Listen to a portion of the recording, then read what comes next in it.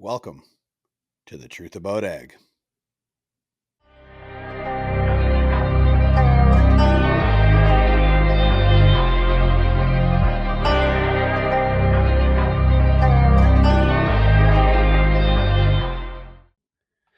This is the Truth About Ag podcast. I am your host, Evan Schout, with my co-host, Christian Hebert. Just remember to like, share, subscribe, comment, and ring the bell. So, how do I want to start this one off? We're through seeding. How'd it go?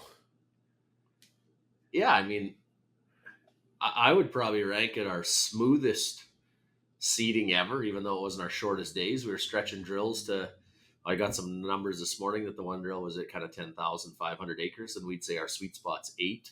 So lots of them were in that 9,500 to 10,500. So it took 4 or 5 days longer than our normal benchmarks, but at the same time, at 500-ish acres a day, we would have expected it to take 4 or 5 days longer. So it felt like the smoothest.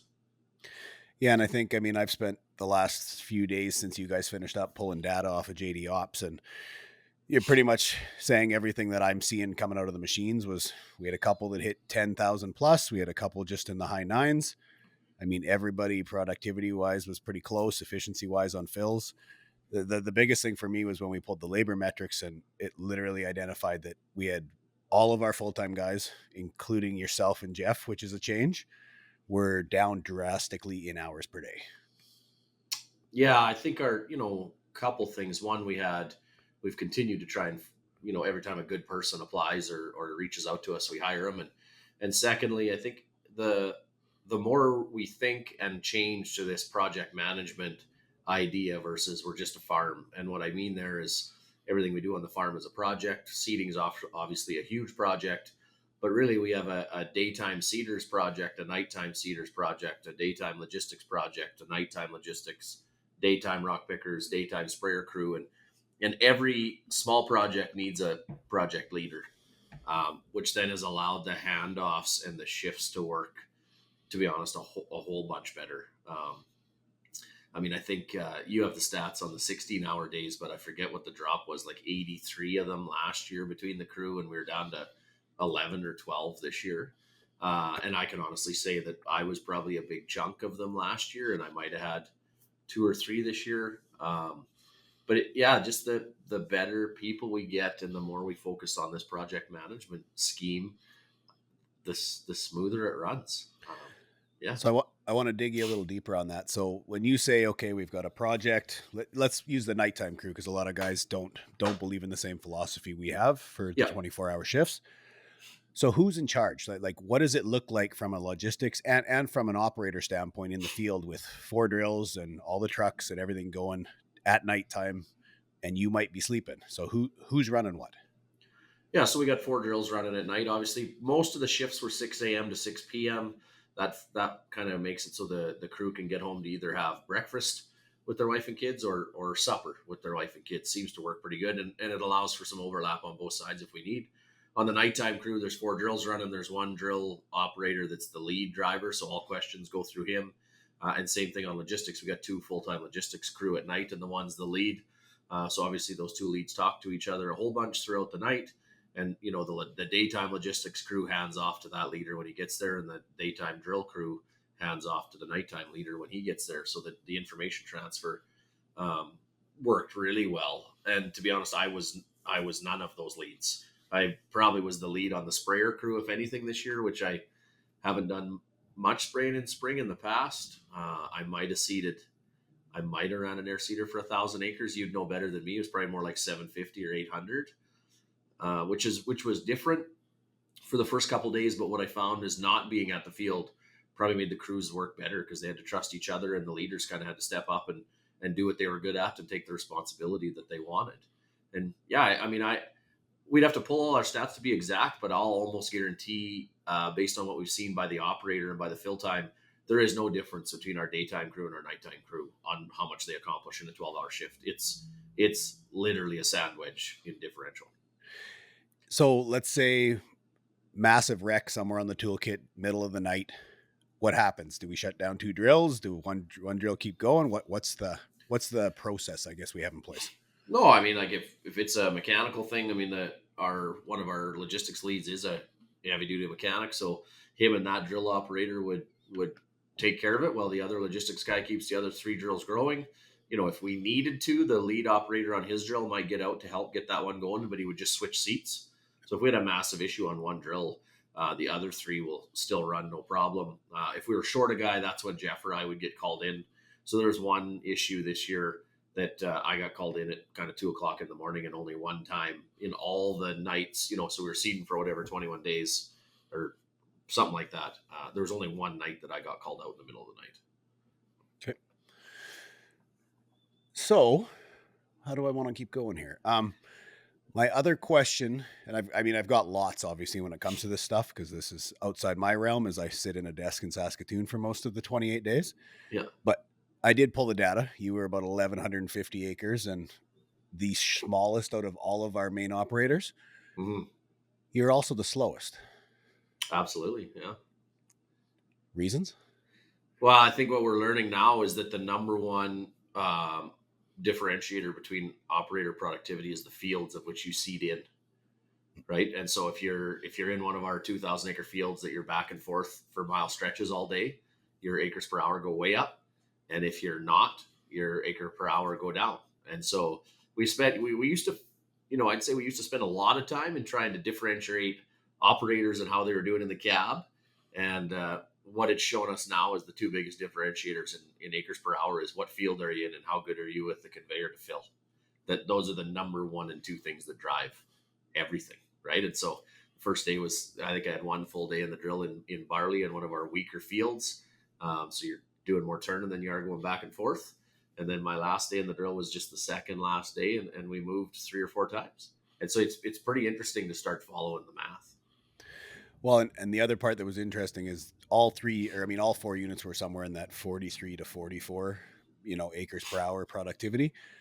But when you actually pulled out the idle time versus the actual working time, that's where you started seeing certain operations or certain drills had that extra 2%, efficiency on fill times. So I mean, it was the fill times that actually was making the difference. It wasn't necessarily always the field. It was actually the ability to maneuver logistics. Absolutely. Yeah. And I think if we tracked, the first 3 days compared to the last 3 days, if we broke down the data like that, we probably would see a significant improvement from the start to the end, right? The guys that have run the drill the longest, a little quicker with conveyors and working with the logistics crew. But at the same time, we always have at least two people there when you're filling, sometimes three.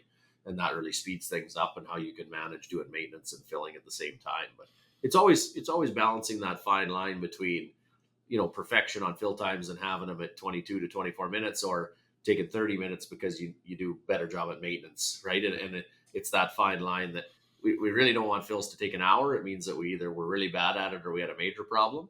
But just finding that fine line around that 25 to 35 minute mark, tying filling and maintenance together. Well, and I like to geek out on the numbers. So obviously, even looking at the different crop commodities and the efficiencies and fill times, and I mean they change. We did canola, wheat, and barley. Wheat was the worst. Canola was always the best. And I mean, even anything as simple as the amount of liters of diesel we use, pulling a cart filled with wheat versus a cart filled with canola, the numbers don't lie. And that's what I love about the ops side, the data side. They tell me the story without even talking to you. Well, and we always say, right? I mean, it's around 22, 23 acres per hour from the time we turn the key on to the time we shut it off. And yeah, we're hitting 42 to 44 when we're going back and forth. But really, we try to hit a 2,000 acre a day, 500 acre a drill average. In barley, we might be more like 450 to 510, and in canola, we might be more like 550 to 600. And we had a drill hit 700 this year, and in no way is that at low fertilizer rates. Like we're filling every 140 acres, even in canola. So we have the metrics that we try to hit, and they waver from that. But it's funny that the averages really do shake out pretty much year after year. Yeah. So key takeaways. I mean, if we're talking about what we said was one of our better years in terms of people, in terms of equipment, obviously stretched a bit. What are some of the key takeaways from the last 30 days that we can take into next year and either fix or just, redo it? Yeah, I mean, a few of them. One would be obviously to keep getting better at how we do shifts and having the right number of people around. So by having the people we had this year, we literally had a crew of 3 people that my dad runs in front of the drills, goes to every field before we get there, doing everything as little as lifting trees off the fence lines to burying a few rock piles to harrowing a wet spot. So when the drills get there, the field's ready. That we've always had that, but we had more people doing that, which is pretty awesome. We had enough people around to run all the sprayers while we were running the drills. Usually we're kind of stealing people back and forth. We were running 5 rock pickers 14 hours a day at the same time. They still have 3 or 4 days to go, but they were staying closer to the drills, which is good. So continuing to have the right amount of people, continuing to have the right leaders on each shift, so that as you get more people, you don't feel overwhelmed, or Jeff or I don't get overwhelmed by having 25 direct reports. No, we have 3 or 4, right? And that really helps take the pressure off. And then obviously that group would have 3 or 4 or 5 direct reports, and they can get their job done. I think the better we do of that, the easier life is. Our parts on wheels gets better and better every year. I mean, I shared a video of it on Twitter and got a bunch of questions, but we just have a C-can on a trailer that we more or less buy all the parts we had the year before. So the amount of times that we can't fix something in the middle of the night is pretty minimal, because we have the parts that we need and can do the maintenance that we need. So I'd say that's a takeaway. This year we had a live Trello list, and the operators actually started putting in issues or processes to improve live as we were going along. There's always a couple that I would, maybe call drama versus an issue, because you're heated up at the time. But we also, I would say, tracked more stuff than we have in the past, which then showed us, we'll have a meeting next week to go through kind of all the things we can improve and what went well. But by tracking it live, you remember more stuff than you do a week later. For me personally, I mean, even my wife said it was the best she's ever seen seeding go for me, right? I was home most nights before the kids went to bed, made it to a couple ball games. She said my eyes weren't too red and it didn't have too big of black eyes. So that when your outside life starts realizing that things are going smoother, that's pretty interesting. And I mean, pulling the timesheets, I mean, that's what everything showed. I mean, we were probably an hour to 2 hour average per day less on every full-time guy, as well as you and Jeff, which honestly is a win for me, seeing that we're not pushing guys too hard. The part-time guys, we had more than enough to do everything without having to pull guys across into, separate operations, having sprayer operators on drills and drill operators on sprayers. So for me, that was one of the big key takeaways. The other one, we found that if you throw a little music to a couple drone videos, Instagram becomes quite productive during seeding time. So we're finding a whole nother market on the public media or social media side. Well, a couple of the Kiwis that came to work for us said that that's literally what they did, is they searched, I want to work on a good farm in Canada. And we hit on every search they did, and they watched a bunch of the videos and stuff. So, I mean, that was kind of part of the plan. And then secondly, I think the stat you had sent me that I found pretty interesting is everybody's hours was down. We had more people than we've ever had, but yet our hours per acre continues to trend down, right? So our processes are allowing us to become more efficient, because it's not that we're not getting more work done. We're getting more work done, but we're able to do it with less hours per acre. So things like having the different yard sites set up so we're not driving as far logistically, and the parts C-can stuff like that has really started to show up in some of the numbers. And I mean, are we going to make a bunch of drastic changes from the numbers this year? Probably not. But at the same time, if we don't have the numbers, you got nothing to measure against on what caused the number to be different, or how could you be better.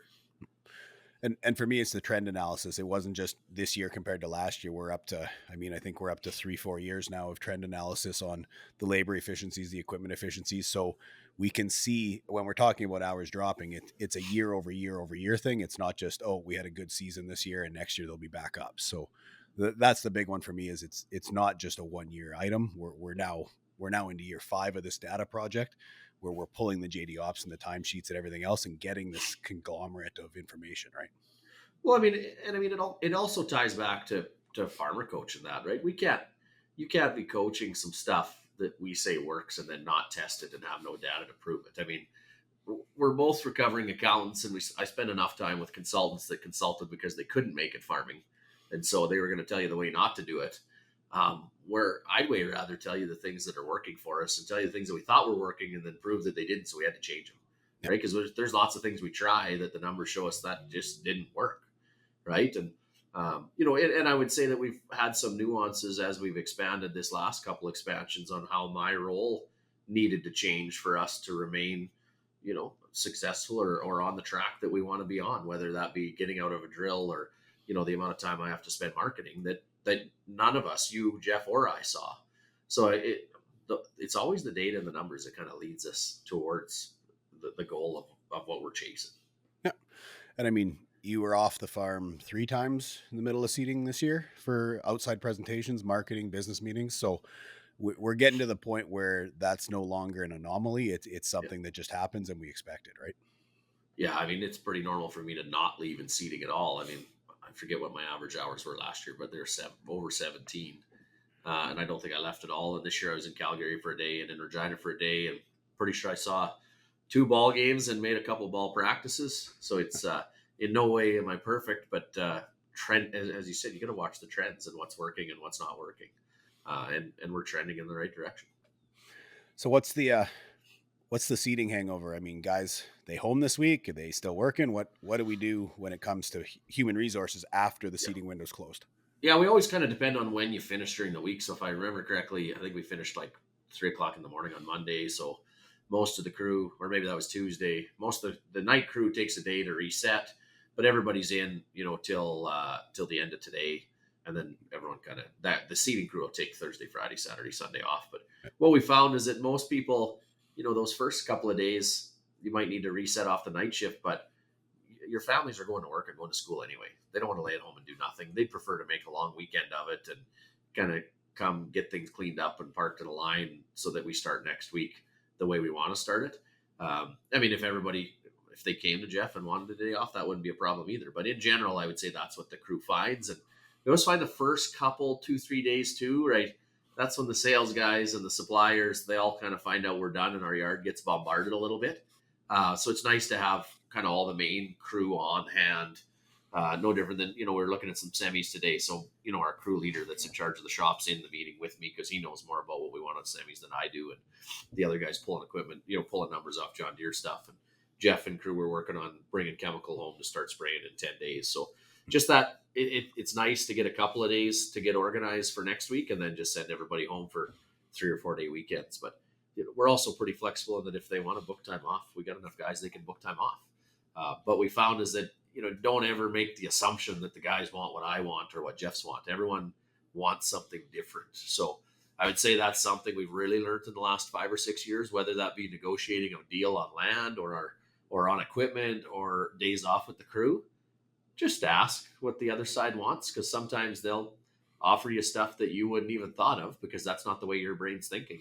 And that's how we are with the people. And most of the time we can accommodate, sometimes we can't. But with the amount of people we have now, I can honestly say that, more people has made our life easier in general, not harder. So I'm going to use your segue from we're starting to have the dealerships arrive back on site. I know you've been meeting with some of the equipment dealers, plus obviously you're talking semis today.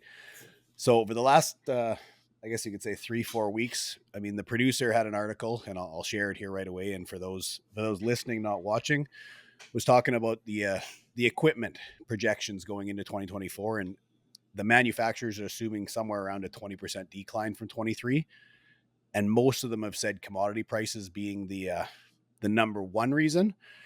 So more or less, I wanted to get your take on that, whether you think it is directly correlated with the commodity prices, or are we thinking, finally interest and farmer mentality starting to change a bit? Yeah, I think there's a few things. Commodity prices and interest rates are big drivers.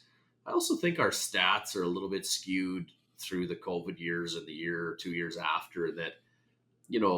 They'd be manufacturing, but they were missing 3 parts. So then it sat on the lot. So then they could play with which year that got sold in. Right. So Yeah. I think maybe sales were inflated for a couple of years there. And now they're going back down to kind of what we call normal. And the reason they got inflated was as much as from the supply chain as it was from, farmers having cash from high commodity prices. Don't get me wrong. If guys have money, they tend to spend more money. And when interest rates are low, they do too. But I would say it's all 3 of those levers, right? Commodity prices, interest rates, and the supply chain causing some pretty unique things to happen within the equipment market from COVID and even an 18-month hangover after that. Well, and I think, I mean, you and I talked earlier. We're starting to see that ordering equipment, you're ordering based on months and not years anymore. Yeah. And in fact, I mean, to get a combine for fall, if you were looking today, it's not out of the question. Which 2 years ago, you were 18 months to 2 years. I mean, we waited on our combines right through harvest. I mean, so Yeah.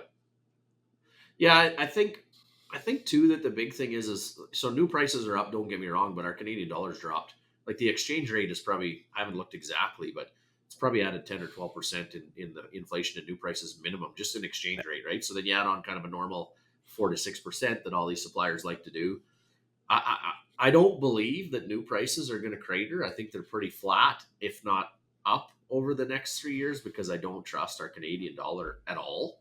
The part I can't really get my head around is these used prices, right? Like they've just followed the new price in order to make the differences good. But at some point in time, I think we have to see a pretty strong correction in the used market. I mean, some of the used prices you see on lots are just atrocious. So I do believe, and I mean, you and I have said this, we didn't do any equipment flips for 2.5 years. We kind of believe there would be a time when we thought the used market kind of peaked and got a little toppy. Uh, I think it's getting pretty close to that time. So, I mean, I could see us doing something here in the next 6 months on probably not on everything, but on a chunk of the equipment, because we think we're maximizing used prices, and we think new is staying pretty steady. Now, the big thing is, are we going to be able to massage interest rates and financing premiums to what we want to have them at? yeah, and I still think interest is a pretty big driver. I mean, we looked at it from our perspective, and going from a 3% to, I mean, a year ago it was almost 7, Yeah. wasn't going to work for us. The other article I pulled here, I pulled it from Reuters, and it's out of Illinois, but it had a couple graphs that I thought were quite interesting, which was just the stock of the U.S. farm equipment. So essentially, the ending stocks are back up to where they were in 2019, whether it's tractors or combines. So I think, like you said, we're starting to see it come back to those levels where we're probably getting close to that peak. So what's your, I guess, what's your line to farms that have been sitting waiting? Do they take advantage of the used market right now and get their amortization back that they've claimed for the last 2 years, or what's your plan? I don't have a good plan. I'm working on it right now. But so I think there's a huge opportunity for some mud guys right now that have a chance. I mean, there's opportunities right now to buy new tractors for cheaper than you can buy 1 or 2 year old ones, No. Because the big manufacturers, obviously we're a Deere crew, but all three big manufacturers, same thing. You put an order in for a 4-wheel drive, it's 3 to 6 months now instead of 18 to 24, which means there's some slots. So I think there's some opportunities there where you could get your used prices, pretty good used money on your old stuff, and flip to new stuff. Now the kicker is, can you get an interest rate so that your payments are somewhat normal? And are you okay, running that equipment for 3, 5, or 7 years if you have to, because the new prices are high. And if there did happen to be a correction in new prices, the easiest way is just put more hours on it, and it'll start working out per hour. It just takes longer. The tricky one I find is those guys that are at that 5, 6, 7 year old equipment trying to flip into something that's 1, 2, or 3 years old. Um, there's just a real nuance in that 1, 2, and 3 year old equipment right now, where it seems priced really high. Actually, the one thing I was going to do was price out a bunch of stuff out of North Dakota and just compare it to Canada right now, because sometimes you see some goofy stuff going on there. Sometimes it happens a little quicker than it does here, just because there's more pieces being flipped. But yeah, I mean, I think people have to have a good look at it right now, because the difference numbers have come back into line. They were atrocious the last 24 months, but the difference numbers have come back into line. And then the big thing is, like you said, can you get an interest rate somewhere near what your last flip was at? Well, and I think that's the one thing we've seen over the last 2, 3 years, at least that I've seen, is it always was. I mean, amortization, equipment, it's always been the second biggest expense on the income statement after inputs. But what we've started to see is that because of the interest rate increases, not only were you getting hit on the labor power machinery numbers, but your land building finance started creeping, because you're pulling into new interest rates at a higher level, right? Yeah, and I mean, you and I have said all along that we thought our depreciation in our statements the last 2 to 3 years didn't mean anything, right? Because, and it's true. I mean, we're getting shots right now where our equipment's going to be worth more than we paid for it 2 to 3 years ago. But the problem is that the new stuff has also appreciated or increased in value by a significant amount too. So, like I said, whether you're dealing cash to cash or finance to finance, I always kind of watch what's the difference number and what is that per unit of use. So on the tractors, it's engine hours; on the combines, it's rotors; and on drills, it's acres. And I mean, as you know, right? We've got a spreadsheet built that just takes all the emotion out of trading equipment. It tells us the math on going from the old to the new and what the math was on the old to old and what it does on our financial statements and what it does in real costs. And we're typing in deals right now that look really similar to they did right before COVID. And the last two deals that we typed in the middle of that time were what, double, sometimes triple. And Yeah, not just on our farm. I mean, you ran probably 25, 30 of them, right? And yeah, there they was were instances where atrocious. they had to do it because they didn't have equipment, but it had doubled for a lot of that time through COVID, and now it's getting back to normal. We had combines. I mean, combines we had up over 110%. I mean, that the Yeah, retail price on a new X9. yeah, So I mean, we're starting to see that. That's the biggest one is I mean, guys have been waiting. We're giving you a little indication. The one thing, and obviously I don't want to sound like an accountant because I hate sounding like an accountant, but when you do make those deals, make sure you're watching the capital gains on the old stuff because yeah. what we're starting to see is we are starting to see those trades be higher than what you actually paid for the original piece, especially if you're doing a 1 or 2 year flip.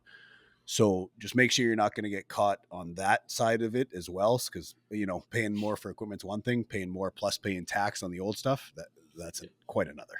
And it's something your dealer can always work with you on, right? They can write it down to cash so that your trade's worth exactly what you paid for at the new price. They knock off by that amount of gain to clean that up. It happens all the time in cars and tractors. But you're right.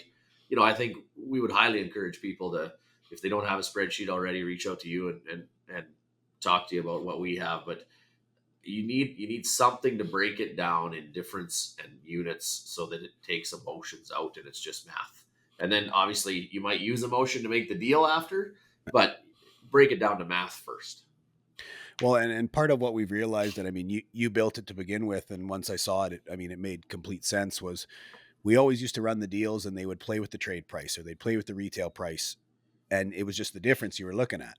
Well, now what we've identified is not only looking at difference, but you're looking at both sides of the actual equation. Is what are they charging you for the hours on your trade, Yeah. and what are they charging you to upgrade? Because those are two benchmarks that we can actually benchmark against other quotes.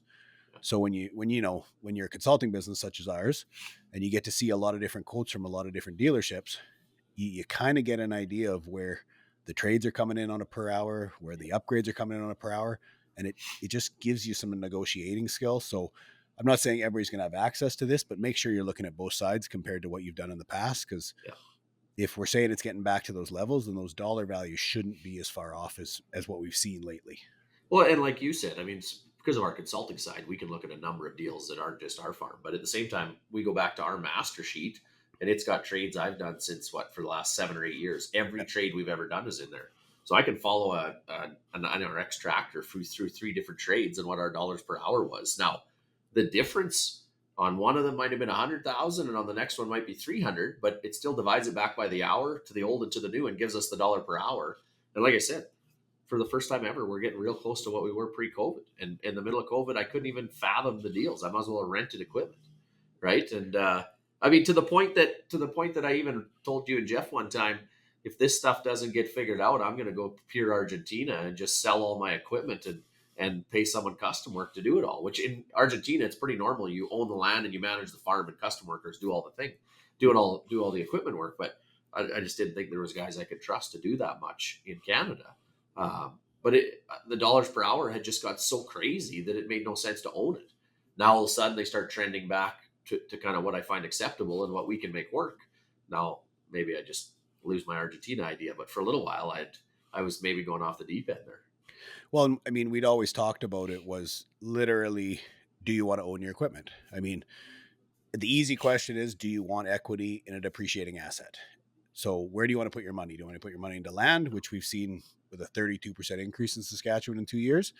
Or do you want to put it into machinery, which, don't get me wrong, the inflation over the last 2 years has been nice, but I wouldn't count on that as being an appreciating asset. So which is better debt, I guess I would say, to hold, right? Well, I mean, right, I hate owning equipment, right? We put 10% down and we try and have all the loans on 7 or 10 years so that it works out pretty close to our cost of operating it. All of our extra money goes into land and to OpCo. That's where our high rates of return are in the operating company, i.e. the actual farming, and in owning land. And so equipment to me is just something I need to get the job done. I just really don't care, right? So we don't want to own equipment. And to be honest, we did own equipment. I only put 10% down, and we're still going to see big gains on our equipment. So whether we have it levered at 80 points or levered at 40%, you're still in the game if it does appreciate, right? So I'm not a big fan of holding much cash or much equity in equipment. Well, and the big one for me also is just have a capital plan. Yeah. I mean, that's one thing that, I mean, go through the years of farmer coach and through the years of the consulting side, lots of farms can talk about, I need to trade this, or I need this, or how many actually have a long-term plan, and not a lot. So, I mean, it's not to the point where we didn't have a plan and we changed it because of what happened in the industry, but we know what equipment needs to move when, Yeah. and if everything makes sense, we do it. Yeah. So it's that side of the business, I think, the planning, the projection side, that gets skipped a little bit. And, as we said, when farms have cash, they upgrade. When they don't have cash, they don't. And that to me puts guys in a hard spot, especially when we are trying to build working capital, and on a good year, you're just going to turn around and put it into machinery. I always give a caveat to that though, because we make a plan and then I get a good deal, so I make it, and then Evan harasses me. But magically, he trades his truck every 2 or 3 years when the math never works. So it's kind of a guy throwing rocks from a glass house. Yeah, but my LPM isn't on our statement, so I'm just going to hold that one. Thank God for you. Yeah. So I want to pull you into a few minutes here on the commodity markets, because obviously we're starting to see things rally a bit, which was actually the projection. I mean, back in when I attended TPAP in January, even in the US, they were saying we were going to see a bump, in that spring session. Yeah. It took a little longer than I probably expected. I was hoping March, April, but now we're seeing, canola over 15 for the fall, wheat starting to tickle 10 maybe. It's getting there. So, I mean, from your standpoint, what's the plan? Are we sellers at these numbers? Do we still see some bull market, or are we just going to take the peak right now? Yeah, I mean, 9 years out of 10, there's a rally between April and the end of June to takes you to the December high, right? And I, once again, in seeding, I get a little bit behind, but if I remember correctly, the December high was actually about 1650 or 1640 on canola. So I think there's a little bit upside. If you can tell me what the news is coming out of specifically South America and Russia right now. So I think there's opportunities setting themselves up right now, though, to use options or futures on not only this crop, but I mean the November 25 crop. I think if you could get a 0 to a -5 basis into the crush, you'd be at probably 1475 ish today for November 25. And kind of the rumor on the street is a pretty big fertilizer reset coming this summer. So I don't even think you have to keep an eye just on this crop. I think you need to start looking at the November 25 crop. And as you said, 15.50, $16 at normal yield starts to work pretty good. And if you're worried about it going way up, then there's option strategies that you can use to do that. But yeah, I think Christian's personal feeling is that we're within, 10% probably of the high, specifically on canola. Wheat might have a bit more run depending on what Russia and Ukraine do.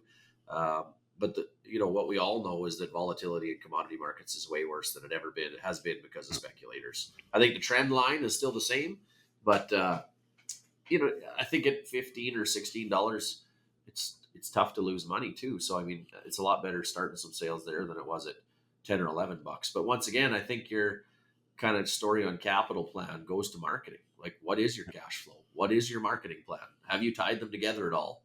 Do you have a risk management plan to show that if you don't grow enough grain, you can get out of a marketing plan that you've went oversold on? So I think all those plans have to tie together.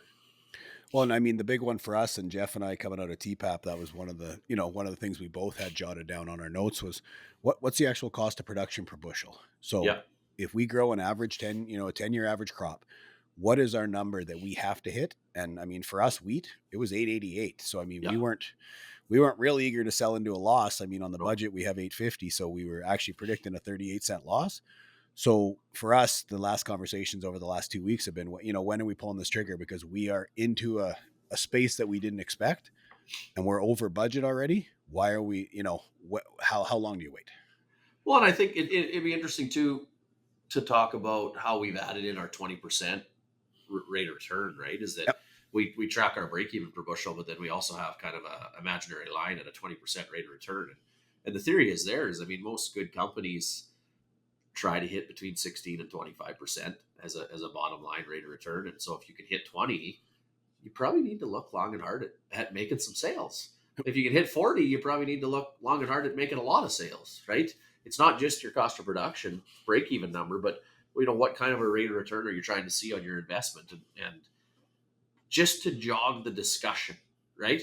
Yeah. Everyone gets so tied up on canola was $20. I'm not selling any for $14.50. But if you have a low cost of production at a $14.50, you get a 50% or a 40% rate of return. You need to sometimes compare, what am I investing my money in? T-bills, GICs, another business, or my farm, and what's my rate of return if I sell at that? And I think it can cause a significantly less emotional discussion to happen. Well, and I think that's where our discussion is right now is wheat. I mean, we're sitting at about a 12 to 15% return at today's price. So Yeah. how close do we get to 20 before you pull the trigger? And I mean, canola at these prices, we're already over our 20%. So we are, Yeah. I mean, not to be too transparent, but we're pretty heavily sold compared to Yeah. most of the guys I talk to. So that was one of the things that Jeff, I know, took out of TPAP was just Yeah. having that 20% number in his head when he's marketing, because in past, we haven't had it, top of mind. We knew what it was, but we really never said it out loud. Well, I think as we've expanded, we've realized that our marketing plan ties to our cash flow plan, ties to our human resources and logistics plan, right? So some of that, we're pretty heavily sold, but I bought back on futures. We know that we have to have X number of trucks run every week that we're not seeding and combining. And in order to do that, we got to get spots booked at the crusher locally in order for that to happen. And if we don't like the price at that time, then Christian just needs to manage it on his computer. We can't just hope and dream and wish that we can haul 50 loads that week that we need cash, or just because we got nothing else on. So we found that we need to find prices we think are fair and bases that we think are fair. And then we book in, take the cash. And if we don't like the final price, then I'll buy futures back on my computer and deal with that. And I've had to allocate a lot more time to that, right? But it's just how our plans all kind of sync together.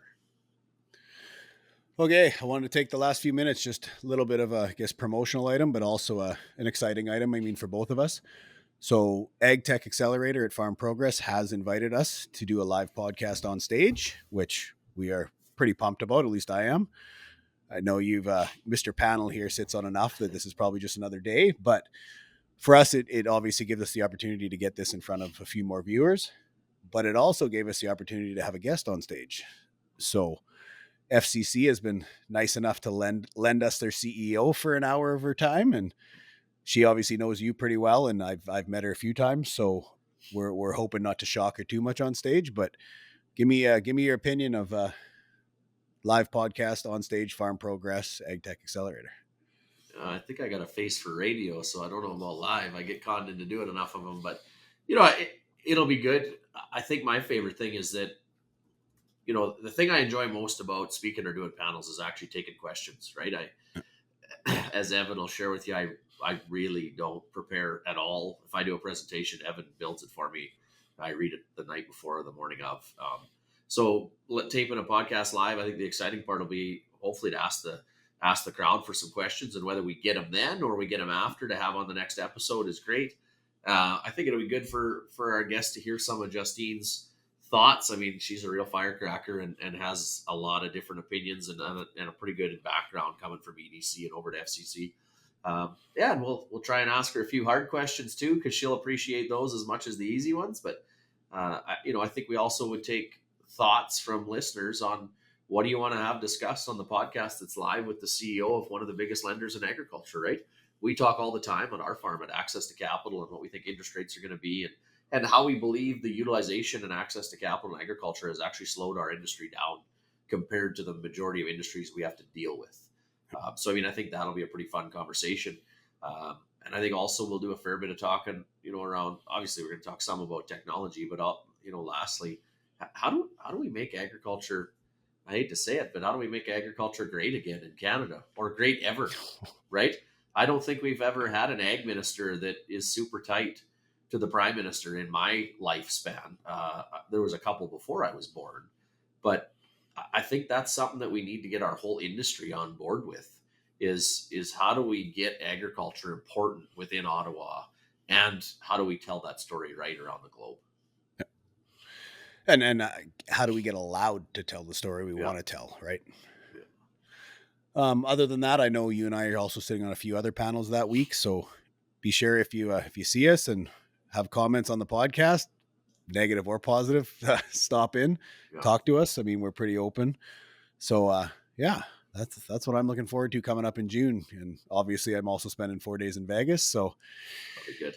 and that's right before we hit Farm Progress. So I'm hoping I'm sober by the time we get there. So I guess one thing back, I mean, you've been talking to all the clients, like what the general feeling seating 24. Most guys will be getting close to wound up, but pretty general rainfall. How do you rate the mentality of the crew coming into June 24 versus June 23? oh yeah, if you're comparing to the last 2-3 years, I mean it's a totally different ball game right now. Guys are, you can hear a little bit of optimism at least. I mean, last year by this point there wasn't a whole bunch of optimism. Obviously commodity markets moving has changed that as well. Few guys, you always get the grumbles. I mean, not to be rude, but farmers are farmers, and we had a little too much rain, so we're gonna complain about not being done yet. But other than that, I don't think anybody should be complaining about the moisture we're getting. Other than a few select areas that might be a little bit too wet.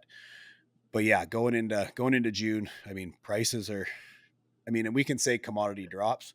Prices are still four to $5 higher than they were pre-COVID. Yeah, So I mean, we're still in an environment where there's a lot of profit to be made. So and I think guys know that. I mean, yeah, especially the clients that work with us. I mean, they know what they're shooting for. So for me, it's been a full optimism on, after 2 years of pessimism, it's kind of a nice change. The other yeah. one is same as you said. I know that the equipment quotes and everything else are going to start flowing across my desk real soon, because that's, I mean, as soon as we got a little optimism in the industry, that's the first thing that happens, especially from an advisor standpoint. So we're going to get a lot more data this summer, probably, when it comes to equipment, as well as inputs, as you said, the markets. So for me, I mean, ag industry in general right now in Western Canada, I got no complaints, and I don't think many should. Well, I mean, you've heard my statement before that Tim Hortons is successful in Canada because we like to complain, right? So everybody went for coffee to complain about who was doing better than them or who they didn't like because they tried something new. But and farmers, I would say one of our complaints has been how we've had to buy fertilizer earlier or make equipment deals earlier. But I mean, I think you can flip that on your head and turn it into an opportunity. So I mean, right now, if there's a huge fertilizer reset, if you can get an equipment flip that kind of sets your fixed costs in place for the next 3 to 5 years. We just said you could lock in November 25 canola for 14.75. Like, what happens if you see your cost of production drop by $50 for next year, and all of a sudden 14.75 is a 30 or 40% rate of return on canola? I mean, because our industry has trended this way, I also think we're getting a lot closer to be able to have not just 1 year pro formas, but 2 and 3 year pro formas mean something. And I would encourage everybody to start looking at those and doing some marketing out for the next crop and locking fertilizer in for the next crop. And as I said, your equipment deals are usually 3, 5, or 7 years that they kind of lock in your fixed costs.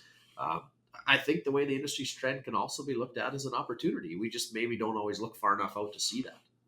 Well, and the thing that actually not amazes me, but that I see a lot now, especially, I mean, we had it as well as I've seen it on a few of our clients, was yes, land is extremely high right now, whether it's rent, whether it's purchase. I mean, there's some big dollars going out, but farms have also had some pretty good years on working capital. Farms have, spent the last couple of years getting equipment in line, where I'm starting to see some of the farms that can expand even with higher price land. It's dropping their equipment costs and their labor costs on a per acre basis actually more than it's adding to the land building finance side, Yeah, which from my standpoint is the way we want it. We want to use our equipment. I mean, we're spending 1.5 million on a piece of, an implement. Let's yeah, actually put it in the field. So what I'm finding is a lot of guys are actually fixing cost of production problems through expansion, even with higher price land. So it's a different mindset. And don't get me wrong, guys, and are probably going to be calling me out on this, but I'm seeing the numbers, and if I can see the numbers, I that's the proof I need. It's no different than pulling machinery data. yep. It's just math. Right sizing in today's world is real important, right? equipment values are expensive, but it's more about how they are right sized than they are what they are. Um, People can find a way to buy $100,000 vehicle to drive up and down for kids sports, but if their farm equipment, appreciates by that same amount or increases in price, it's tough. But really, it's just how many acres do you run it over, and how much revenue do you create? Because obviously the revenue creation's even more important than the acres. So, well, and what guys need to realize is the debt service on a 5-year equipment loan at $1.5 million is considerably different than a 25-year mortgage on a piece of land at the same rate. So absolutely. Thank you for listening. Remember, comment, share, subscribe, leave us some questions, guys. We'd love to keep answering. I mean, yeah, I can keep feeding softballs to them, but I'd love something a little harder to get them sweating a little bit. But so yeah, thank you for watching. That's the truth about ag.